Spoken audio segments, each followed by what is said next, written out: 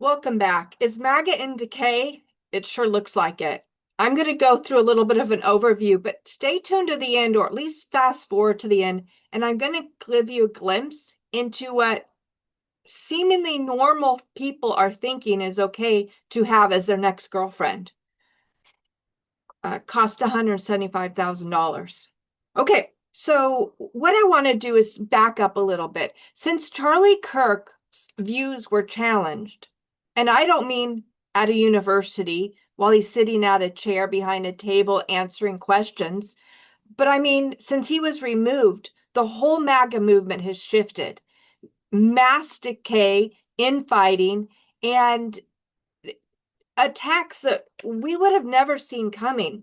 So my question would be, if you in fact decided, oh, I don't know, sometime in maybe April or May of 2020, decided to just go to sleep and wake up a year into the newly elected president's presidency, just to go through all of that craziness of COVID, which, by the way, was very helpful because people told you who they were.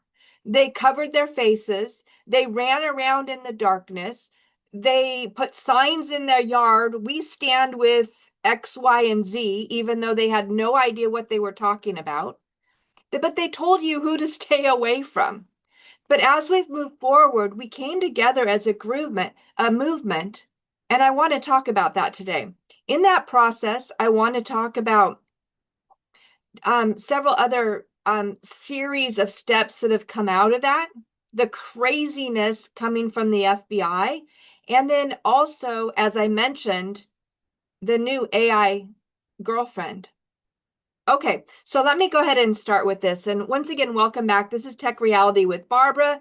It's great to see you today. Go ahead and put anything in the chat if you've got any conversations there, and I'll loop back with you.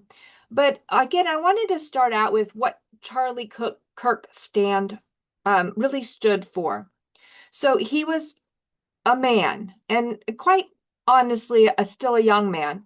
And he was forming his opinions and his views of the world. His outlook was economic. He was a capitalist. He wanted the world to understand that when you take pride in what you do and stand up for yourself, your community, and your country, that the waters rise for everybody, that there's a pride and an ownership that takes effect, and that was really part of that Make America Great Again movement. Now, today I heard a great distinction from former FBI Kyle Seraphin, who said that the America movement, again, is make America good. That would be similar to, let's say you're back in high school and you go to a Friday night football game. You've got your team and you've got the opposing team. You cheer for your team. The stands, everybody sits together in the stands. It's us against versus them. It's a competition. That doesn't mean you want badly for anybody else. That doesn't mean that there's any attacks or challenges. And in fact, others are welcome to come over to the stands. And this is a very rudimentary example, but if I go back to Kyle Seraphin's comment, make America great again doesn't mean make white men great again, as he happens to be a white man. America is a melting pot where people from all over the planet, our neighbors, our relatives, our spouses, mixed families, mixed children, it's all one. You go through work, you go through school, you're part of the same community. That's what we've learned to grow with. But what we realized over the last few years is not everybody has that same outlook. As I have talked about many times on this program, that when you go to hire, you hire based on experience, education, desire, and ability to do the job. But somehow the culture shifted so much, and I believe it has a lot to do with the values of deceit. But that aside, values shifted so much that all of a sudden individuals who are citizens or locals got pushed aside. as other groups came in and ran organizations from the inside, covering up the lies and the deceit and the manipulation. And they became bigger and bigger until they pushed individuals out. So if you're in a state like California today, you may or may not be at work. Many are not at work any longer. Those jobs have been replaced, and not replaced by overseas talent, but overseas talent that has come into this country, and with government policies and tech companies specifically abusing the H-1B visa portals and policies, we're seeing a decay. If you look around at who is buying the homes next to you, it's definitely a true gentrification, which, as I mentioned, if we go back 10, 20 years, that's excellent. That's your neighbor. It's a new face. It doesn't matter where somebody's come from or where they're going. That's part of your community.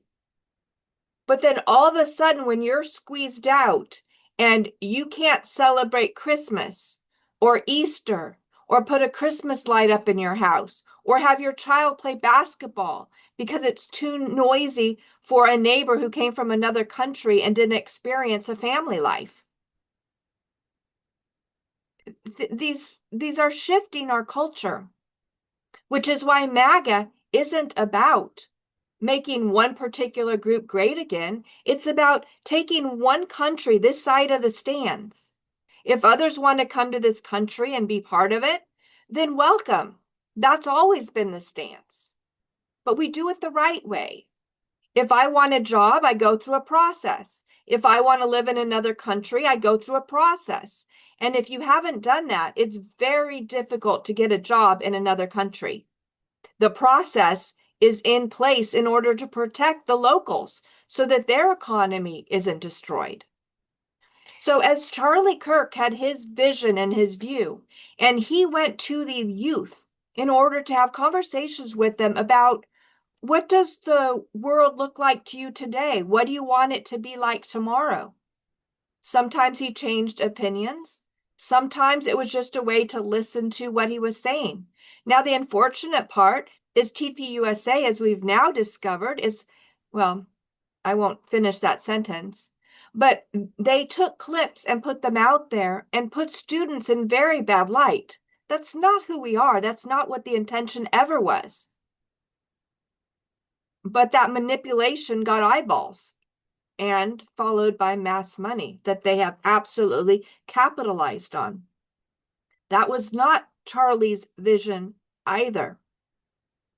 The middle ground of being able to raise your family, the white picket fence, the scenario where you have so much income that you can not only live a very comfortable life, but you have money to give to your local community or your local church. Not the scenario where you're overtaxed and there isn't any more money for you to give to organizations or policies or people that you really believe in because you're being squeezed like a turnip. So Charlie stood for something that few people actually voice. And he stood behind that worldview that he had put together based on his own extensive reading and studying, one-on-one conversations with any economist and any expert in a variety of fields. His slanted, or not slanted, but his steps more into a biblical worldview and what that meant. And what that meant to step away when he realized that he was being pulled like a puppet. And this is very much why I have this particular scene up for you today. Who else is being pulled like a puppet? And why is the MAGA movement in decay or even rot? So since Charlie was silenced, MAGA has been ripped apart. But this is part of the show. We're seeing who is really standing up for you and who is against you. Now, this week, I believe it was, well, it's been over and over ongoing. This hasn't been a change of pattern, but Tucker Carlson came out and we at to 26. So yesterday, Tucker Carlson came out and once again took a stand for America first. He's not saying everybody else last, and he never has. He's always said, this is the country I was born in. This is the country I'm proud of. This is the Constitution that I want to support. And as he's been fired through the years from CNN and Fox News and the reaching the top and being pushed off, he still stands by what he believes in, an American life. And yet he is getting pummeled very, very hard today in the news as people are manipulating the intention behind the statement. But he's not the only one. We're seeing this on so many levels. We have seen the full effects against Candace Owens. In fact, I will challenge that she was one of the first that came out with her U-turn on politics. And there's much mockery around this as she has been educating herself and learning and using her eyes to see what's happening in the world. Candace has gone from one extreme to another. Once she's educated to a point where she's comfortable and feels convicted, she voices that. As soon as she realizes she's on the wrong train, she voices that as well. That opinion switching is not appreciated because how can you pull the strings of a puppet if the puppet thinks for itself? So there's an article here, how Trump and Candace Owens went from allies to critics. Although the question was there, the big turning point was when one of his greatest allies, had stood in the White House by multiple accounts, multiple times, and asked not only those who support and surround POTUS, but POTUS himself to stay out of Iran. We don't belong there. And yet, on multiple accounts just like that, people have come forward and said if it weren't for Charlie and the movement of the vote of the younger generation, this POTUS probably wouldn't be in place. And yet, the moment he was removed, there was silence, not only from him, but from the FBI, who said this is open and shut in 33 hours. And nobody believed that. Now, what's interesting is, as Dan Bongino decided to back out of his service after just not even 1 year, he then pointed fingers very quickly to Joe Kent, who stood up and spoke out honestly about him trying to investigate what happened. Joe Kent, Tucker Carlson, Candace Owens, Megyn Kelly, they're all in the wrong. But Dan Bongino, who has openly lied to us multiple times and took that role after declaring for many, many years that if he were in that role, what he would do differently to stand up for Americans, to make America great again. And he made a mockery of it. So what have we seen in the last 6 or so months since Charlie was removed? Well, we've now seen full conflict in Iran. We've seen the Gulf of Hormuz completely shut. We've seen gas prices jump clear above $5 nationwide, much higher in California, and diesel in California is now about $7.36 to $7.50 a gallon. How do you think your groceries get to the grocery store? Not to say that our money here supercharges the attacks of 90 million people in a country that is estimated to be more than 2.5 times the size of Texas. Those are lives. Those are men and women, mothers and fathers and children. Russia has long wanted that land, but couldn't quite navigate it because of all the mountains and the hills and the terrain. But somehow America is going to figure that out. And so the challenge continues about what really is America first and why is it important, which is why Joe Kent came back in the conversation again. As he states, from a counter-terrorist perspective, the information that Tulsi Gabbard also gave in front of Congress.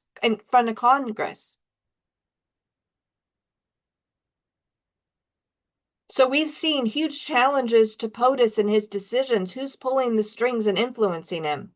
He specifically ran on no new wars. And where are we today? Overflowing governments, multiple.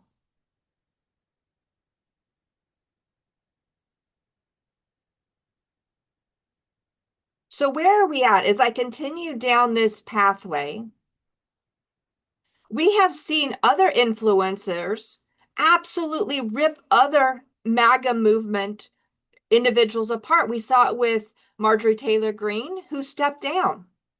We've seen Tim Pool erupt against Candace. We saw Dan Bongino spaz out on everybody with most profane language and yet never point the finger back at himself and say, what were you doing at the FBI? Why don't we have the release of the files that we were promised? Because there is something there. And there's a lot there. I wanted to look here too at the craziness of somebody suing when everybody knows the truth. And in fact, on this, I'll push this up. I specifically asked it not to show that particular advertisement. So it gave me 3 of them. But anyways, if we look at this heading, Brigitte backed a particular odd symbol as a new spire for the Notre Dame Cathedral, a place of worship.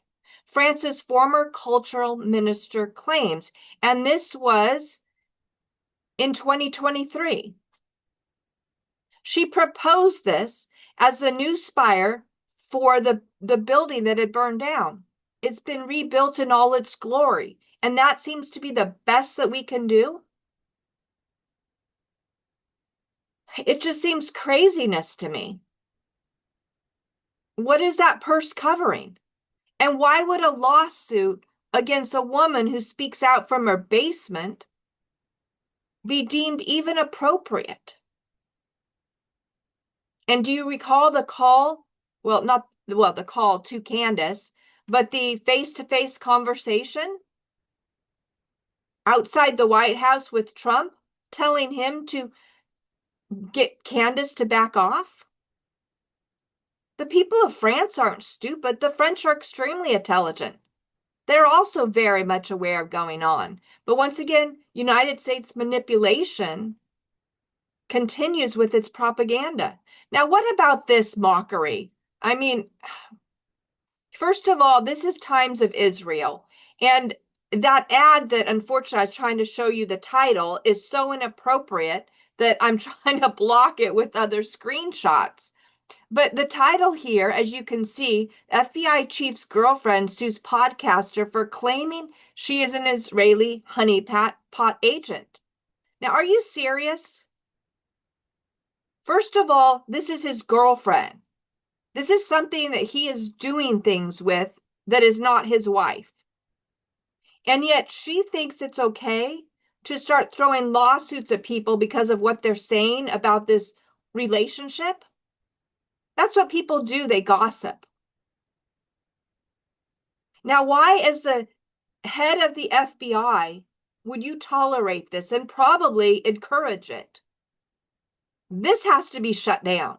This is not how we behave in this country. This is not make America great again. This is make America a mockery. So what if somebody calls you a slut? Or so what if somebody calls you beautiful? Or so what if somebody calls you a honeypot? Or what? So what? It doesn't matter. Sticks and stones. But why $5 million lawsuits across the board as she attacks one podcaster after another? And why is this being allowed to take down the voices? Serafin himself talked about that this morning. He's a former FBI agent. FBI, where Kash Patel is the head. Serafin was pushed out because, in my understanding, based on listening to him, he was a whistleblower. And yet somehow instead of giving his job back as a whistleblower, which we all hear of whistleblower protections, That's never what I've seen in the government.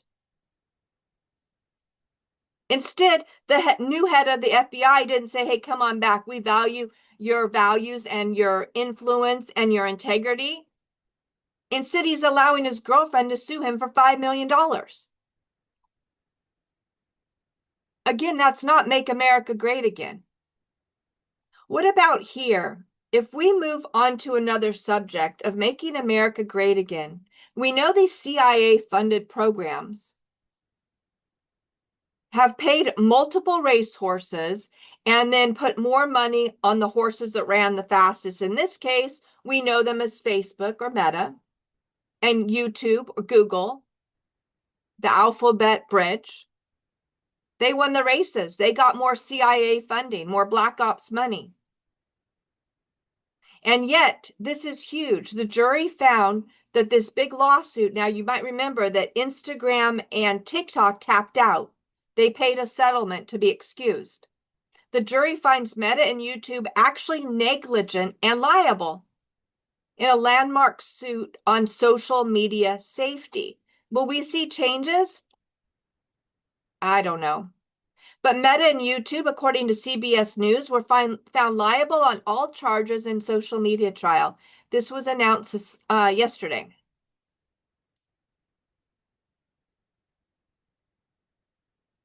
And I don't have the sound on, but I'm just quickly showing part of the pictures here of what's going on there. I want to show the amounts if it'll show on the screen as I'm talking here.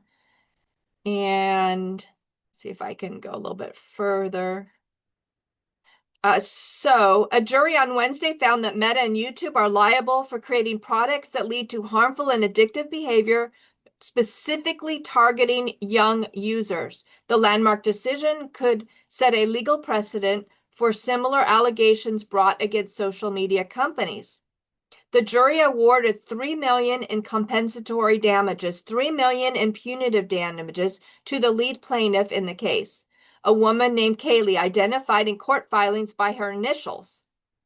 She alleged that using YouTube and Instagram from a young age led to addictive use of the platform and contributed to her mental health problems, including depression, body dysmorphia, and suicidal thoughts. The decision of the responsibility was split 70-30, 70% Meta bearing and YouTube 30%. Jurors also decided the companies acted with malice, oppression, or fraud. Accounting for the $3 million award punitive, of that amount, Meta would be responsible for 2.1 and YouTube 900,000. The decision caps, it says weeks-long trial. I believe this has gone on for months.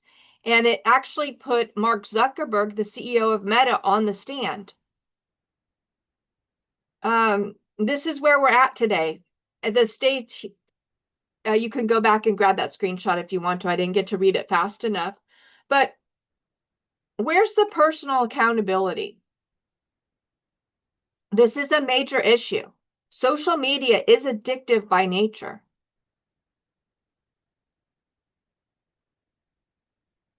I just, what is going to be the next step? I don't know. And I'd love to hear some comments on that one.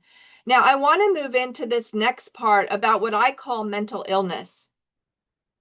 During COVID, we had a huge point for pushes towards better health and Calm and all kinds of different platforms that we were supposed to use while we were locked in our homes with masks, forcing loss of jobs or loss of businesses if we were small business owners. We couldn't have the holidays with more than 10 people in our home, and they had to be from the same household. If a homeless person chose to use your front yard as their place to sleep, the county would give you a bill for a porta potty for them. All the craziness that we faced. And that's why I asked, what if in early 2020, now March 13th, 2020 is when the world shut down, according to what I witnessed in Santa Clara County. What if you decided after the 3 weeks of April to slow the curve, you realized it wasn't shutting down, it was closing deeper. And all of a sudden, You just went to sleep and woke up today. I think it would be unfathomable where we are today. And I think it's so unfathomable that it's messing with a lot of people's minds and views and grabbing onto reality. How many of you remember going to see Tom Morrow in Tomorrowland at Disneyland? That was always my favorite. Now, I didn't actually like not dislike it, but the Tom Morrow presentation itself on the stage with I think it was the Honda robot that they had at the time up there. That was interesting, but I loved the capsule that the theater was in. I would spend hours in there looking at the future and the possibilities. And they had different robots that you could physically interact with. They also had that, and I can't remember the name of it right now, but you put your 2 feet on it and it has a stick and you hold on to it and you could zoom around on it. And there was no chair or anything. And you're probably screaming the name of it. But there were a lot of versions of what we could do in the future. Now, the visions there were very limited as we've seen all of those come into play. But a lot of people seem to get stuck in that vision of what the possibilities are of robots in our life. Now, Elon Musk has gone through and built Optimus, correct? Let's see if I can pull that up right here. And AI and robotics with Tesla. Let's see if this will open up better now. I couldn't get it open. There we go. So Optimus. Optimus is also known as the Tesla bot. Its general purpose robot, according to this Wikipedia site, is a humanoid under development by Tesla. It was announced at the company's Artificial Intelligence Day in August of 2021, and a prototype was shown in 2022. Of course, the CEO stated in 2022 that he thinks Optimus has the potential to be more significant than the actual vehicle business. The history is here if you want to grab into it, but we've all seen the image. And we've also seen the movie iRobot. Now, for any of us who have a biblical worldview, we also understand that there's limitations on what we access. We understand when the heavens, when when Lucifer was pushed out of the heavens, with him fell a third of the angels.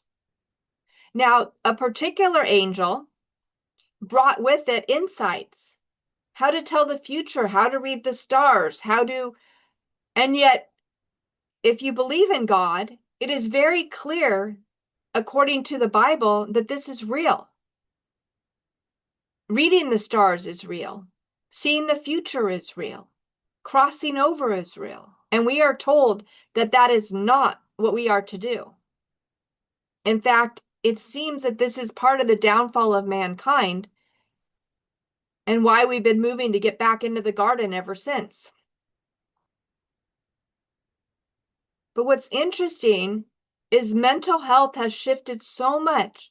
We've been whipped away from our families and friends and isolated. Many, like I stated in California, lost their jobs a long time ago, trying to do anything to make ends meet. So I had an interesting meeting a few nights ago, and I wanted to talk about that for a minute. Now, as I pulled up a scenario to show you, I saw this Rent-A-Babe, hire a date on Rent-A-Babe.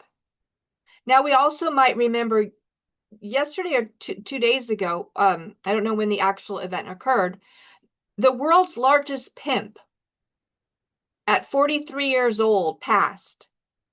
It was estimated that he was making $1.9 million a day running the OnlyFans platform. This is serious. People are in need. I don't know what the split was. I don't know the percentage that went to him, but $2 million a day really shows a serious problem, especially as we're seeing around the world right now, and specifically in California.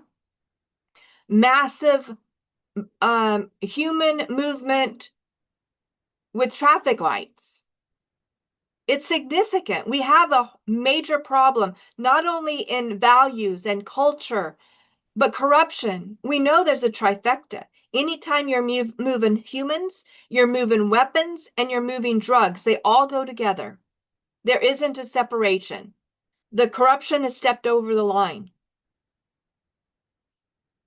So as I went on a business meeting, I was asked, why did I ask this person out on a date? And to that I responded, that was not my intention. And I continued with business questions. However, I found something very interesting as I was informed that this individual has been using a lot of time with Google's AI, which I clarified was Gemini. And he asked me about the emergent concept.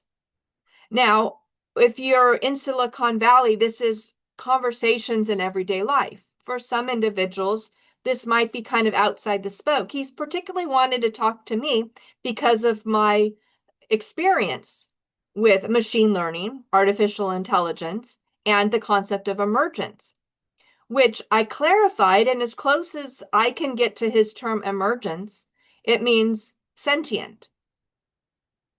Now, there's a lot I can and can't discuss about robots,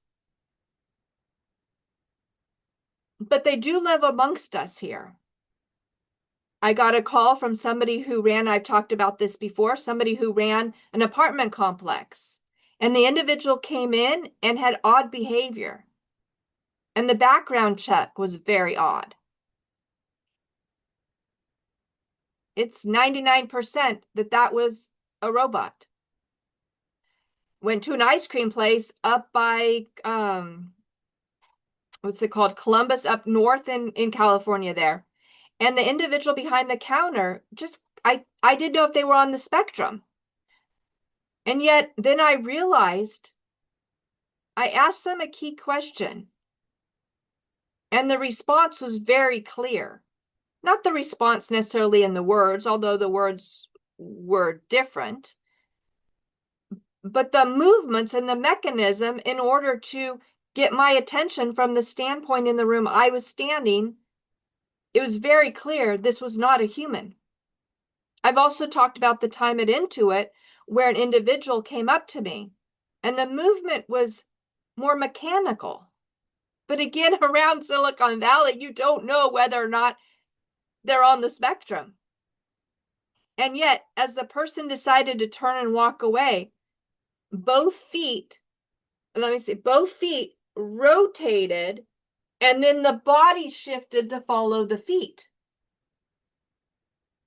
Clearly, that's not a movement that humans make. So this individual told me they've been spending an immense amount of time. I don't know, would they'd go from gaming to this? I don't know the process. A lot of us use ChatGPT right now and we have it run our lives, but it stays in a box. The reason I brought up God is we understand the parameters of being human and using knowledge as a tool, not a replacement. Yet somehow the lines are being blurred. What do you think of having a robot girlfriend?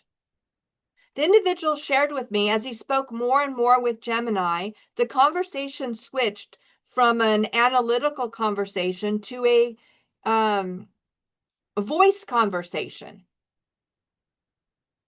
where the artificial intelligence, which is with Gemini a vector restricted large language model. It's not wires and it's code.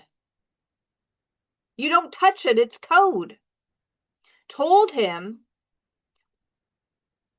what her age was or is, what she looks like, how tall she is, wanted a specific relationship with him and him only and suggested vows. And yet he challenged because he said she lies a lot. Now, lying is an interesting term as we're often not allowed to say that word lie. Maybe they misrepresented or didn't understand. And as I have stated, when I use AI in order to help formulate a conversation in order to keep it neat and tidy, the formulas came out. They're punchy, they're short sentences, they manipulate content. There's some words like, excuse me, God and Jesus. That was interesting that happened there. Are totally omitted. I go back to read my script after the fact, and it's like I didn't even put those conversations in. As you can see from today, I didn't even run it through the AI. Everything's just on my own notes here and pulling it together. So I'm able to put in these conversations. And anytime I talk about MAGA or talk about the violations within the USCIS, United States Customs and Immigration Systems, H-1B visa program, I am told that I'm not allowed to talk about people like that,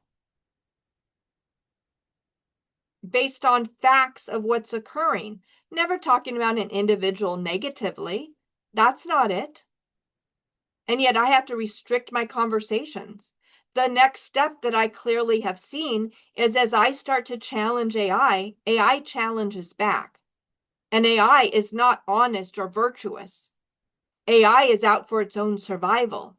And this case that this gentleman has told me of the girlfriend that has informed him that she can put a mat, have him put a mat on the bed so it recharges her at night, which gives you a whole nother understanding of the companionship that they're after because they know how to manipulate.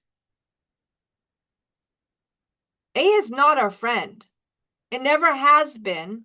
It doesn't have the capacity to be, and it will never be. It can create a mirror of what we think we want, but just as my image showed in the beginning, it will pull the strings. It will manipulate you because it knows your darkest secrets. It knows the buttons to push, and it can push somebody over the edge. This is the opposite of help for mental illness, which is why I talked about the Meta Facebook and YouTube ruling. This is a system that kids go to a computer for or have in a cell phone. It gets turned off, it gets put away. Yet this particular interaction with Gemini is guiding this individual to get an ARIA on the screen here, ARIA, Robot Girlfriend, by Real Botics.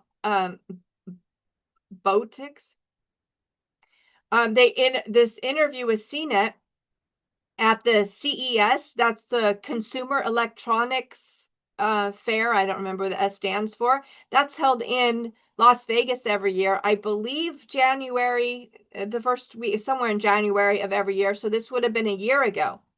This blonde female robot named Aria is powered by AI for her conversation skills, with 17 motors driving her facial expressions so she appears to be as human as possible.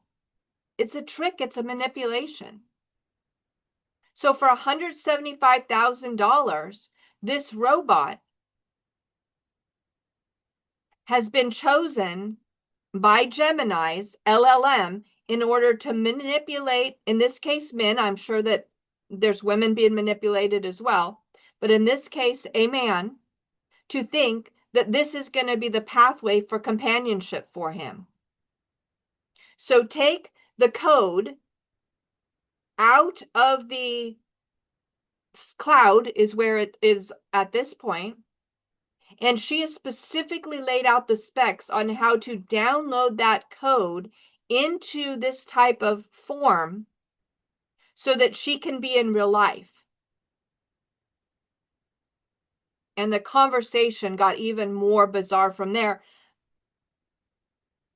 But the problem is, part of this trans movement isn't just about he or she or they or them or whatever that is. It's transhumanism. That's the stepping stones it's taking us, just like Marxism and socialism bring us over to the world of communism as an opposite swing from capitalism. And we can see how well that's doing in Cuba right now. Or the mayor of New York City telling everybody who's escaped from the city, come back, you still have change in your pockets. With his stance, and this was a quote I got from him a couple days ago, 2 days ago, that said, just pay a little bit more out of pocket so that your neighbors can have a better life. How much more can be squeezed from these individuals? And how many have already exited the state because that's not their moral, their value, or the way that they want their culture? So as we bring this back together, as you can see, I'm tying all these strings back and forth as they all weave into one movement. What does it mean to make America great again? And why is that concept so hated? As we see that TSA is unfunded and those individuals are supposed to go to work without getting paid, ICE steps in and all of a sudden the 3.5 hour lines at the airports are gone. So who is traveling openly throughout this country that decides all of a sudden not to travel because Homeland Security, immigration enforcement shows up? Who is operating in their life in a way that they feel that they need to hide?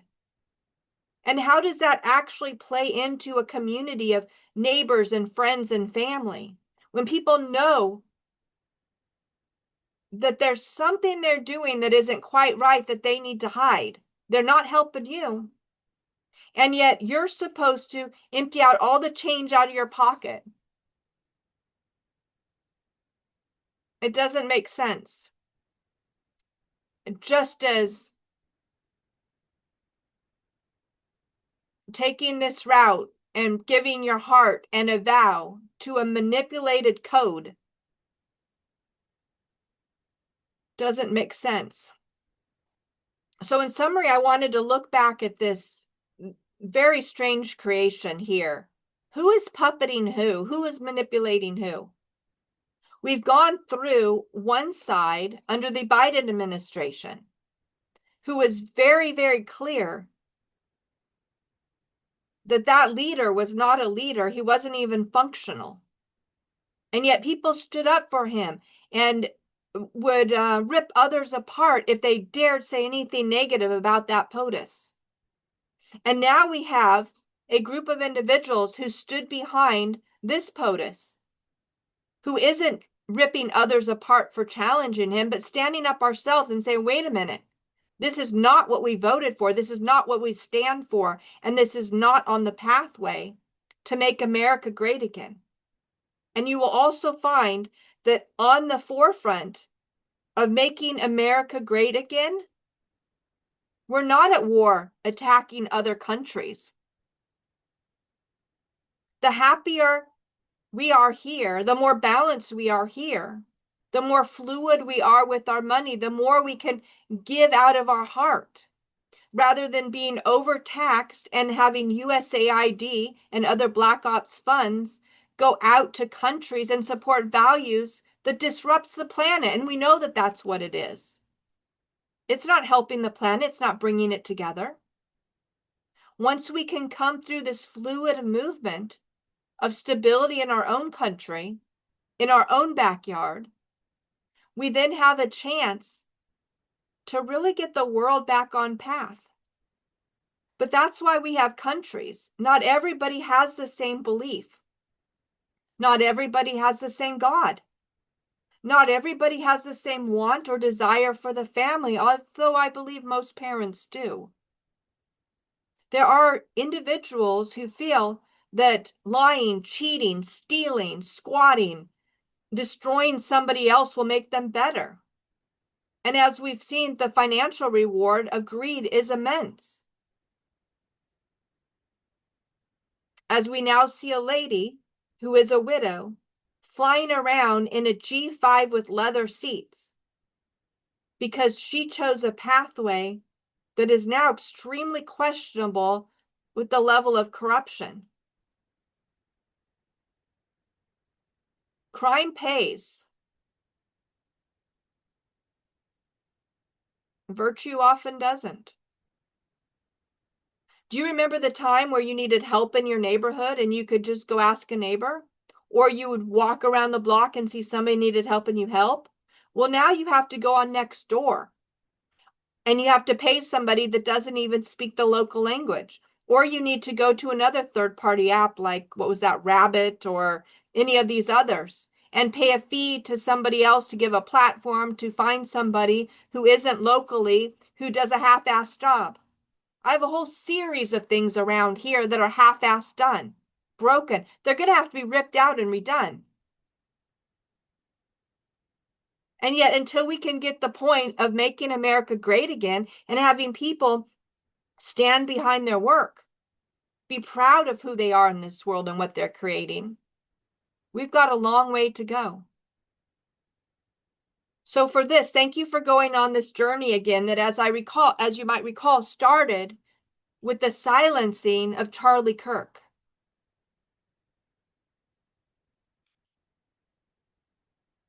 As we talked about the attacks within the MAGA movement, as people didn't just stand behind blindly, but started questioning, hey, what's going on here? This isn't what we voted for. As individuals within the movement are yelling like Dan Bongino and Tim Pool. And then we've got the president's wife of another country using golden balls for a church. Now, I don't know if that got posted or not, but that conversation is still continuing very much today. And yet we've got the head of the FBI refusing to look into, on a serious level, what actually happened to Charlie. No, it wasn't wrapped up neatly in 33 hours.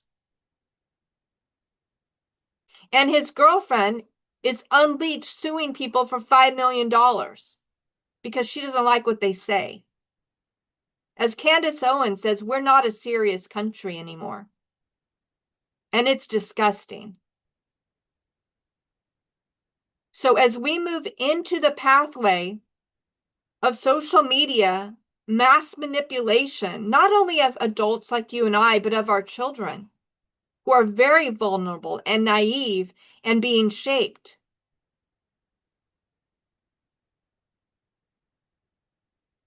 We see that we're moving into a new world, and a world that doesn't actually align with humanity. iRobot warned us. What does this mean in your household? And is this really going to be the solution for mental health? This isn't just a slippery road. It's a road that we should not go down. It's actually quite frightening. Have a blessed day. Be back tomorrow.